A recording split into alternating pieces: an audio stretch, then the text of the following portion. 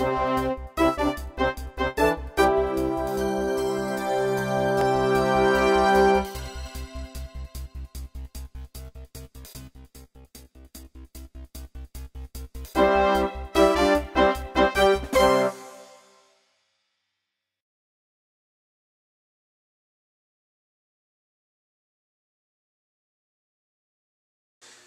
Batman, the 1989 Tim Burton movie.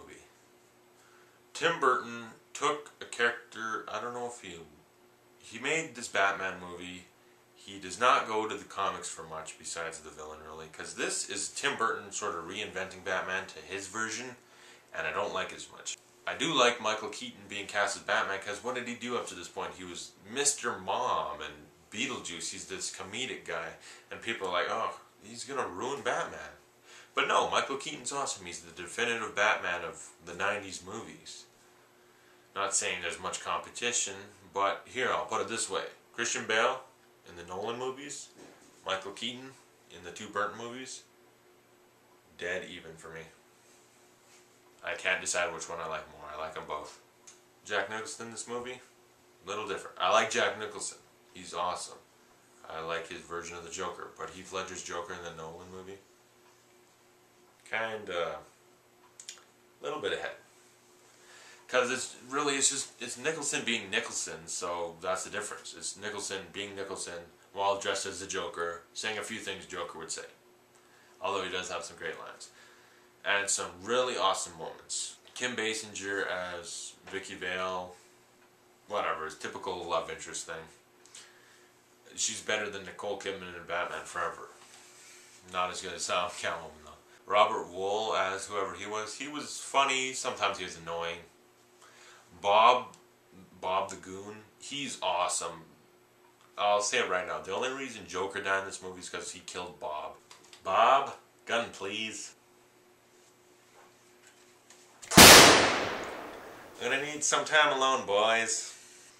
That's a great moment. Another great moment is when he uses the hand buzzer and zaps the guy to death. It's funny too because the scene builds up and Nicholson's in there and he's got this freaking cake makeup on his face where it's just like it's skin color makeup. He's trying to pretend like he's normal, but he's sitting there with a smile like it's funny.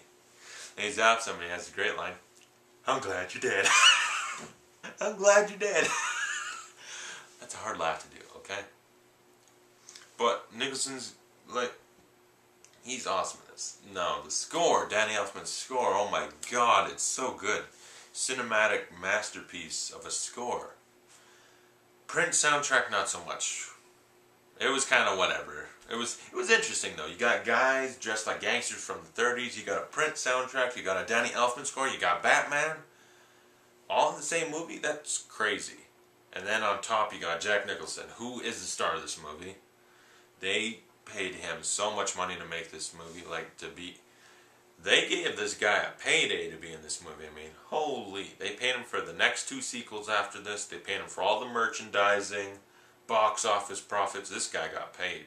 And then, so the plot, Batman is he's thought of as almost a phantom-y villain character, like he's thought of as a monster. And thankfully, they don't do his origin. They kind of hint at it, but they leave the origin alone. They don't need to do an origin story.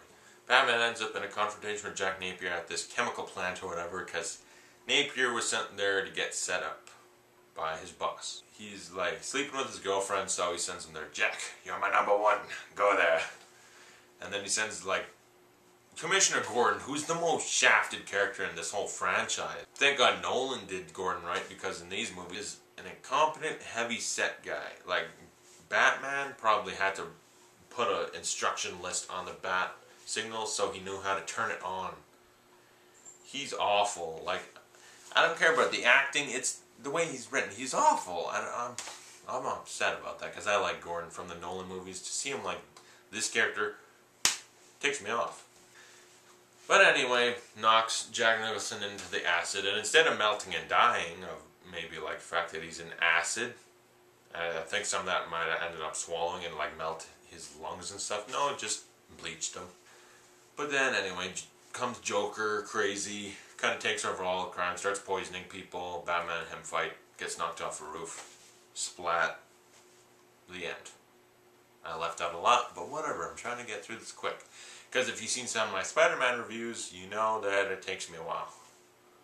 Well, Spider-Man 1 review, Spider-Man 2, I was able to do that quickly. You're getting off topic. But yeah, Nicholson, perfect in this movie. Keaton, perfect in this movie. Kim Basinger, she's good. Robert Will, he's good. Michael Gough as Alfred is awesome. But let me talk about my problem with the movie. Burton made the Batman movie, but this really isn't Batman. It's Joker the movie with Batman in the supporting role, and the Batman that's in this movie is not Batman. When does Batman drive into a warehouse, drop a bomb, drive out of there? It's all by his remote control car too. It's not even his car. He's just controlling it. And blow up a factory full of thugs. He likes to arrest people. He doesn't kill people. I got a bigger problem though in number 2. When he runs up to like a carnival clown, sticks dynamite down his pants and kicks him into a sewer. He blew someone up. Like, Batman's a homicidal maniac in this. And earlier, I think it was Robert Will says he talked about one of the thugs claimed that he drained the blood of someone, like a vampire bat. I wouldn't be surprised if Batman actually did that. He's a bloodthirsty murderer in this. He kills people with a twinkle in his eye. He has fun doing it. I hate that. And Joker also is the reason Batman's Batman. He killed Bruce Wayne's parents. I hate that. Burton just takes some things to make his own Batman, but I don't like it. A lot of people did. This movie was big though. This was 1989. Everyone had Batman shirts. Everything was Batman. This movie is as big as the original Superman film.